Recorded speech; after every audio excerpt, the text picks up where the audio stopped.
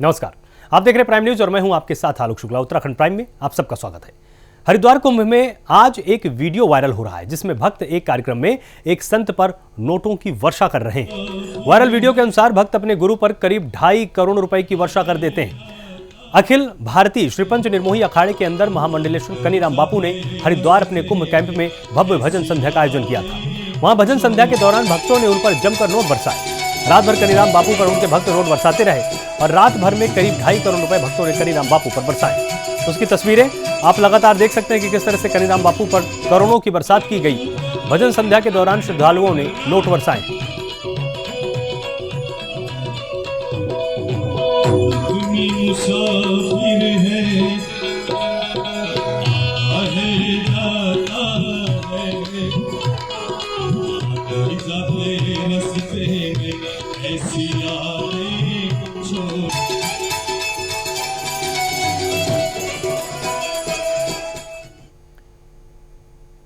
UP के पूर्व मुख्यमंत्री अखिलेश यादव कोरोना पॉजिटिव हो चुके हैं।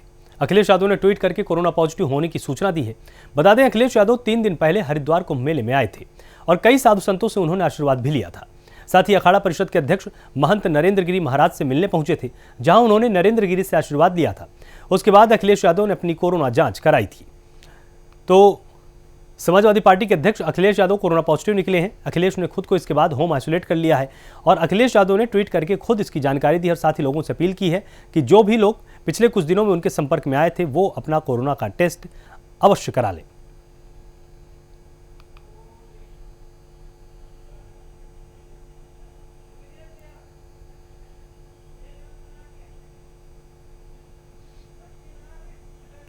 तो हरिद्वार दौरे के बाद अखिलेश कोरोना पॉजिटिव निकले हैं। यहां पर अखिलेश ने खुद को इसके बाद होम आइसोलेट भी कर लिया है और साथ ही ये जानकारी ट्वीट करके खुद दी है और लोगों से अपील की है कि जो भी पिछले कुछ दिनों में उनके संपर्क में आए थे वो अपने आप को आइसोलेट कर लें और अपनी कोरोना की जांच अवश्य कराएं। उत्तर प्रदेश और देश की जनता बदलाव चाहती है और बदलाव नए रास्ते का चाहती है। नया कुछ बदलाव आए। आज जरूरत है कि सड़कों पे जाम न लगे, कूड़ा ना हो, हमारी माँ गंगा साफ बहे, गरीबी खत्म हो। और जब तक भेदभाव नहीं खत्म होगा, चाहे धर्म का हो, जाति का हो, चाहे हमारी भाषा का हो, चाहे रंग का हो, और जब तक समाज में समानता नहीं आएगी तब तक हम पॉलिटिकल इक्वलिटी की कैसे बात करेंगे। तो हमें समाज में भी बराबरी आए और राजनीतिक तौर से भी बराबरी आए, उस दिशा में देश चलना चाहिए। ये नई दिशा तय करने के लिए हम शंकराचार्य जी का आशीर्वाद लेते हैं। चमोली जिले की सीमांत नीति घाटी में स्थित टिम्मर सैंड महादेव मंदिर में शिव के जयकारे के साथ बाबा बर्फानी की यात्रा शुरू हो गई है। इन दिनों नवरात्रि के मौके पर टिम्मर सैंड की प्राचीन शिव गुफा में प्राकृतिक बर्फ के शिवलिंग के दर्शन कर श्रद्धालु खुशहाली और सुख समृद्धि की मन्नत मांग रहे हैं। इस दौरान 500 से अधिक लोगों ने बाबा बर्फानी के दर्शन करने पहुंचे, जिसमें स्थानीय लोगों के साथ साथ पर्यटक और बाहर से आए यात्री भी शामिल थे। बता दें, चमोली जिले की नीति घाटी के टिम्मर सैंड में स्थित महादेव की गुफा में बर्फ का शिवलिंग विराजमान है। नीति, गमशाली, बांपा समेत आसपास के गांवों में यात्रियों के ठहरने का इंतजाम होम स्टे के जरिए किया गया है। टिम्मर सैंड गुफा के अंदर मुख्य शिवलिंग के अलावा अन्य शिवलिंग भी बने हुए हैं। बाबा बर्फानी की गुफा में 5 से अधिक छोटे बड़े बर्फ के शिवलिंग विराजमान है। वहीं एक 12 फीट ऊंचा बर्फ का शिवलिंग भी बना हुआ है।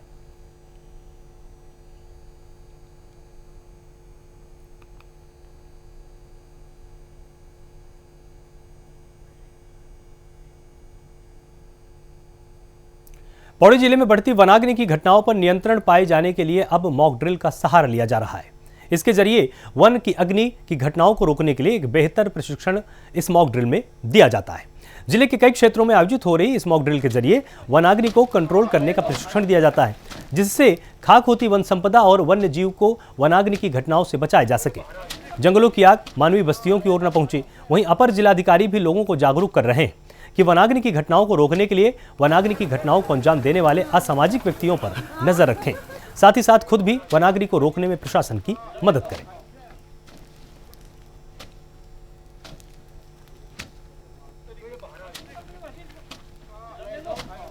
पूरे उत्तराखंड में हमारे वनाग्नि की घटनाएं बहुत तेज़ी से हो रही हैं और उसमें जो है काफ़ी पशुधन, हमारा जो व्यक्तियों की घायल हो रहे हैं लोग और काफ़ी फॉरेस्ट का वन क्षेत्र का नुकसान हो रहा है और प्रदूषण भी बढ़ रहा है। तो इसके क्रम में जो है पूरे ज़िले में हमारे मॉक ड्रिल का आयोजन किया गया है ताकि लोग जागरूक हों और किस तरीके से तेज़ी से और पूरे संसाधनों से जो है हम अग्नि पर नियंत्रण करें और दुर्घटना ज़्यादा ना हो पाए और हमारा क्षति जो है बहुत ही मिनिमाइज हो सके। चमोली के जंगलों में आग लगने की घटनाएं थमने का नाम नहीं ले रही हैं। अब तक जिले में 100 हेक्टेयर से अधिक वन आग से प्रभावित हो चुके हैं। वहीं आग बुझाते हुए 2 लोगों की मौत भी हो गई है, जबकि 4 लोग गंभीर रूप से घायल हुए हैं। आग लगने से करोड़ों की वन संपदा का नुकसान होने के साथ ही जानवर, पक्षी और उनके अंडे भी इस आग की भेंट चढ़ गए। जिले में बद्रीनाथ वन प्रभाग, केदारनाथ वन प्रभाग, अलकनंदा भूमि संरक्षण वन प्रभाग और नंदा देवी वन प्रभाग का वन क्षेत्र आग से प्रभावित हो रहा है। वन विभाग के साथ ही पुलिस और फायर विभाग के कर्मचारी दिन रात आग बुझाने में जुटे हुए हैं। आग लगने के कारण चारों ओर धुंध छाई हुई है, जिससे लोगों को भारी दिक्कतों का सामना करना पड़ता है। देखिए, इस बार जो फायर सीजन था 15 फरवरी के बाद, उसमें लगभग 34 घटनाएं जो है बद्रीनाथ डिवीज़न के क्षेत्र अंतर्गत घटित हुई हैं, जिसमें लगभग 34.25 हेक्टेयर का क्षेत्र प्रभावित हुआ है और ज़्यादातर क्षेत्र ये चीड़ वन का है। और इसकी आकलित क्षति जो वन संपदा के उसमें हमने आकलित की है, लगभग 2,30,424 रुपये के आसपास इसकी क्षति हुई है।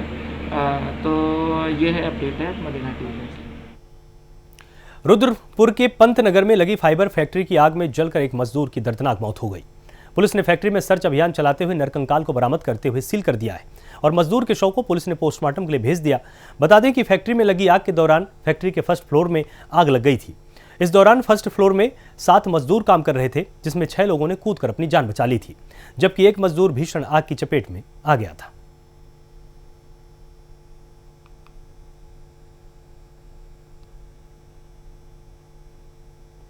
धारचूला सीमांत क्षेत्र में संचार सेवा सुधारने के लिए व्यापार संघ ने बीएसएनएल के कार्यालय में तालाबंदी करके अपना विरोध प्रदर्शन किया है।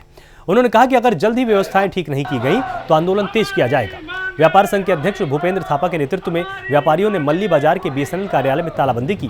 क्षेत्र में बदहाल संचार सेवा से लोगों में आक्रोश है। वहीं नाराज लोगों ने बीएसएनएल का पुतला फूंककर आक्रोश जताया है। बता दें कि सीमांत क्षेत्र की 40,000 से अधिक आबादी बीएसएनएल के ही भरोसे है, लेकिन धारचूला में 2 महीने से ज्यादा समय से बीएसएनएल की सेवाएं चरमराई हुई हैं। किसी दूसरी कंपनी के नेटवर्क न होने से ग्रामीणों को काफी परेशानियों का सामना करना पड़ता है। उन्होंने कहा कि यदि बीएसएनएल संचार सेवा नहीं दे सकता तो ऐसे कार्यालय को धारचूला में बंद कर देना चाहिए और निजी संचार कंपनियों को काम सौंपना चाहिए।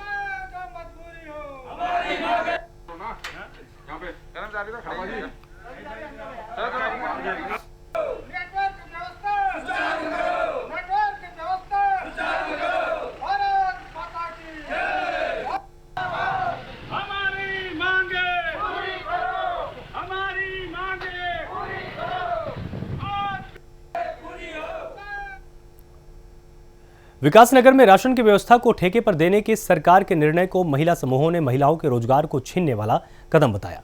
इसके साथ ही महिलाओं ने फैसला वापस नहीं लिए जाने की दशा में सरकार के विरोध में आंदोलन चलाने की चेतावनी भी दी। कहा कि एक और सरकार महिला को सशक्तिकरण की बात कह रही है, वहीं दूसरी तरफ समूह से जुड़ी महिलाओं को बेरोजगार किया जा रहा है। उन्होंने कहा कि सुप्रीम कोर्ट की गाइडलाइन में साफ लिखा हुआ है टीएचआर में टेंडर प्रक्रिया नहीं लगाई जा सकती। उसके बावजूद भी बाल विकास विभाग टेंडर की प्रक्रिया को अपना रहा है। आश्वस्त हुए हैं और हम आश्वस्त हुए हैं और कोई अच्छी बात है तो हम आगे क्या बस भर के ले जा सकते हैं। हम आश्वस्त हुए हैं और तो महिला समूहों ने आंदोलन की चेतावनी दी है। इन्होंने कहा कि जिस तरह की गाइडलाइंस भारत सरकार की तरफ से हैं उनका पालन नहीं किया जा रहा है। एक तरफ महिला सशक्तिकरण की बात की जाती है, दूसरी तरफ हमारे रोजगारों को छीना जा रहा है। इस तरह से हम खुद को कैसे संबल बना पाएंगी और किस तरह से आत्मनिर्भर हो पाएंगी। इसलिए महिला समूहों ने साफ तौर पर कहा है कि या तो हमारे रोजगार को बरकरार रखा जाए, हमको रोजगार के अवसर दिए जाएं, अन्यथा हम एक बड़ा आंदोलन खड़ा करेंगी।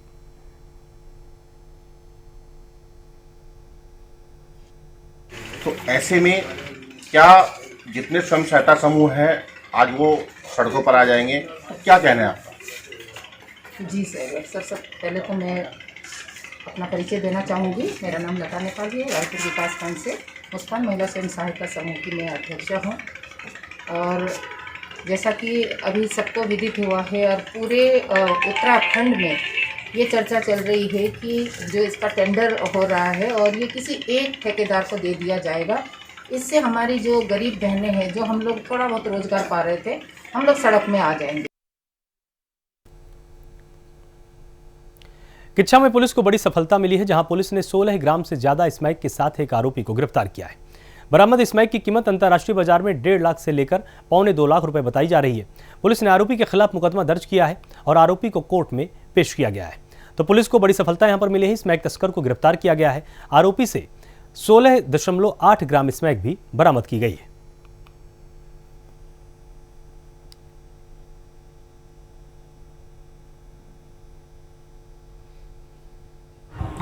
ये पुलिस ने कल दबिश देकर एक व्यक्ति को गिरफ्तार किया है, जिसका नाम जिसान सन ऑफ सलीम खान है। ये दरोगा रहने वाला है। इसकी काफ़ी दिन से शिकायत थी। ये पूर्व में भी एनडीपीएस में जेल जा चुका है और कल पुलिस ने दबिश देकर इसके घर पे से 16.80 ग्राम स्मैक पकड़ी है और इसके विरुद्ध नियमानुसार अभियोग पंजीकृत किया जा चुका है और इसको आज माननीय न्यायालय के सामने प्रस्तुत किया जा रहा है। और जो बरामदा स्मैक है, इसकी लगभग कीमत 1.5 से 2 लाख के लगभग है। खबर गदरपुर से है, जहां आज डॉक्टर भीमराव अंबेडकर जयंती पर अंबेडकर पार्क में कार्यक्रम का आयोजन किया गया, जिसमें शहर के कई राजनीतिक और सामाजिक लोग कार्यक्रम में शामिल हुए।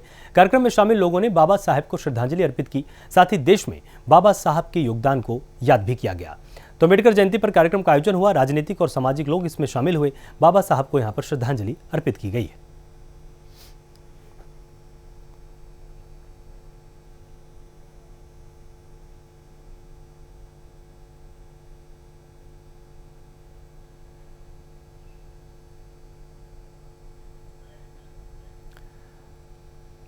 तो अंबेडकर जयंती पर यहाँ पर कार्यक्रम का आयोजन किया गया है। राजनीतिक और सामाजिक लोग इसमें शामिल हुए हैं।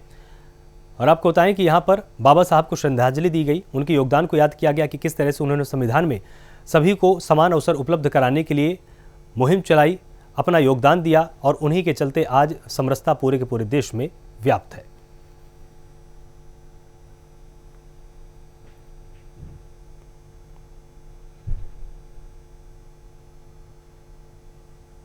बाबा साहब ने जब संविधान लिखा था तो सारे अधिकार बहुजनों के लिए दिए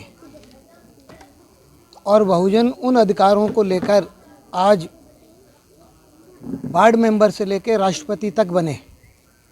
कोई ऐसा विभाग नहीं है जिसमें हमारे बहुजन समाज के लोग नहीं हैं। वो सब बाबा साहब की देन थी। अफसोस इस बात का है कि लोग शिक्षित होकर और अपने परिवार को देखते हैं, ना कि समाज को देखते हैं। समाज ये कई हजार साल से अनपढ़ था, सीधा साधा समाज था, आर्थिक स्थिति से कमज़ोर था, तो ये अपनी बात नहीं रख पाए। हम लोग बाबा साहब के अनुयायी हैं, उनको मानते हैं। उन्होंने समाज के हर तबके के लिए काम किया और विशेष रूप से जो समाज का दबा हुआ समाज था, चाहे वो दलित हो या सवर्ण समाज हो, उन्होंने उनके कलम से सबको लाभ मिला। तो उनको हम लोग पूछते हैं। आज उनका कार्यक्रम 130वीं जयंती है, हम लोग मना रहे हैं सभी मिलजुल कर। जहाँ तक लोग जागरूक नहीं है तो कोशिश तो यही है कि हम लोग सब मिलकर उनको जगाएं। मैं अभी जो माइक से बोल रहा था उसको आपने सुना होगा। तो मेरी दिली इच्छा है कि हम लोग जो समाज के लोग हैं, विशेषकर पढ़े लिखे लोग हैं, उन लोग हमारे जो कम पढ़े लिखे लोग हैं या पढ़े लिखे नहीं हैं, उनके बीच में जाएं। जहां बैठे भाई, शादी ब्याह में लोग इकट्ठे होते हैं, किसी के मरने जीने में लोग इकट्ठे होते हैं। कोई ये जरूरी नहीं है कि एक पंचायत बुला के ही किया जाए। वहीं धारचूला में डॉक्टर भीमराव अंबेडकर की 130वीं पुण्यतिथि मनाई गई। अंबेडकर समाज के सभी लोग तहसील के परिसर में अंबेडकर पार्क में पहुंचे और अंबेडकर की मूर्ति का माल्यार्पण कर मिठाई बांटी गई। साथ ही बाबा अंबेडकर के बताए हुए संविधान के अनुरूप आगे बढ़ने की शपथ भी ली गई। लोगों में जागरूकता पैदा की गई। लोगों ने पोस्टर के माध्यम से भाईचारा का संदेश भी दिया। इस कार्यक्रम में अंबेडकर शिल्पकार संघ के अध्यक्ष विजय राम फिरमाल, पूर्व चेयरमैन अशोक नदियाल और अन्य संगठन के लोग मौजूद रहे।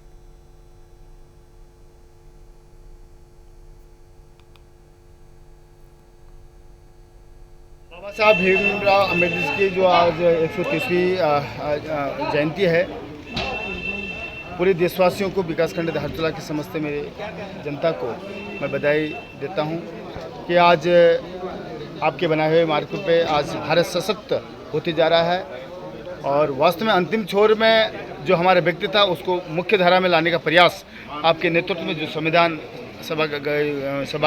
बनाया गया, उसके लिए कोटि कोटि बाबा साहब के चरणों में हम कोटि कोटि नमन करते हैं और साथ में सबको बधाई आज के इसमें कि हम बाबा साहब के बनाए हुए मार्ग पर चलें। मसूरी में भारतीय दलित साहित्य अकादमी में बाबा साहेब भीमराव अंबेडकर की जयंती अंबेडकर चौक पर मनाई गई। इस दौरान कोविड के नियमों के पालन का भी ध्यान रखा गया। इस मौके पर सामाजिक और राजनीतिक संगठनों के कार्यकर्ताओं ने बाबा साहेब की प्रतिमा पर पुष्पांजलि अर्पित की। लोगों ने बाबा साहेब को श्रद्धांजलि अर्पित करते हुए बाबा साहेब अमर रहे के नारे भी लगाए। कार्यक्रम में पालिका अध्यक्ष अनुज गुप्ता, पूर्व पालिका अध्यक्ष ओपी उनियाल, आप पार्टी के प्रदेश प्रवक्ता नवीन पिरसाली मौजूद रहे।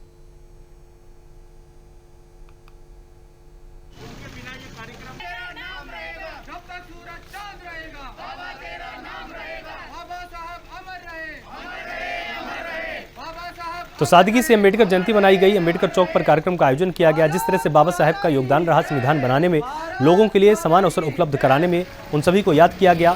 उनके बहुमूल्य योगदान को करते हुए बाबा साहेब अमर रहे के नारे भी लगाए गए और ये कहा गया कि जब तक भी सूरज चांद रहेंगे तब तक बाबा जी आपका नाम रहेगा। इस तरह के नारे लगाए गए यहाँ पर लोगों के द्वारा और साथ ही बाबा साहेब अम्बेडकर के योगदान को भी याद किया गया है। और इस दौरान ये भी चीज़ देखने को मिली कि जो कोविड के नियम थे उनका भी पालन इनके द्वारा सुनिश्चित किया गया है।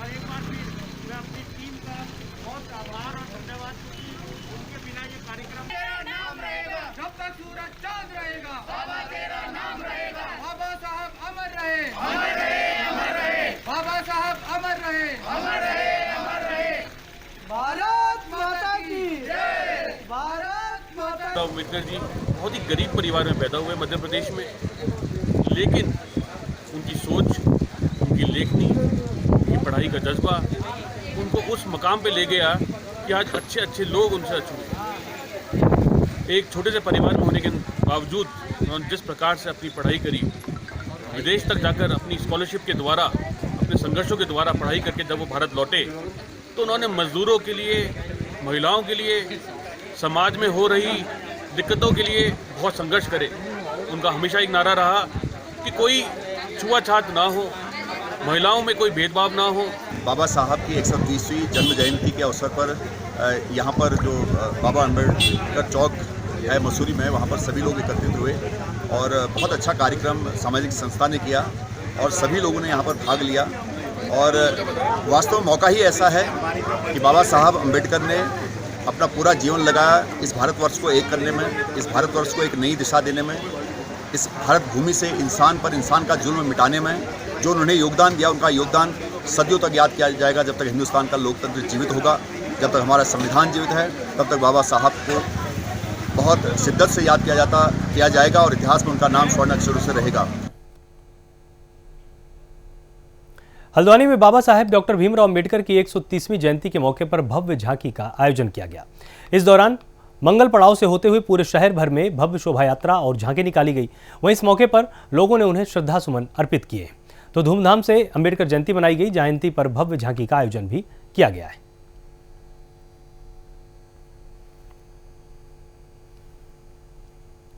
तो तस्वीरों में आप बिल्कुल साफ तौर पर देख सकते हैं कि भव्य झांकी यहाँ पर निकाली गई और धूमधाम से अम्बेडकर जयंती मनाई गई। बाबा साहेब के योगदान को याद किया गया। जिस तरह से उन्होंने संविधान की पूरी रचना की, उसमें तमाम अनुच्छेदों को शामिल किया ताकि पूरे के पूरे देश को एक साथ सालों तक बांध कर रखा जा सके। इन सभी योगदानों को याद किया गया और साथ ही भव्य झांकी का भी आयोजन यहाँ पर किया गया, जिसकी तस्वीरें हम आपको लगातार दिखा रहे हैं।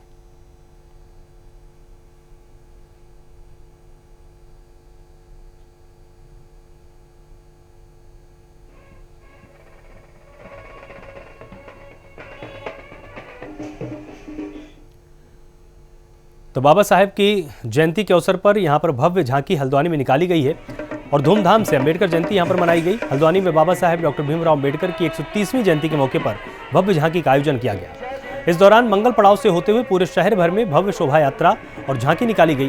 वहीं इस मौके पर लोगों ने उन्हें श्रद्धा सुमन अर्पित किए, उनके योगदान को याद किया और साथ ही कहा कि वो जिस तरह के विजन को लेकर चलते थे, उस विजन पर लगातार काम किया जाएगा, आपस में समरसता बनाकर रखी जाएगी और संविधान का भी हर समय पालन किया जाएगा।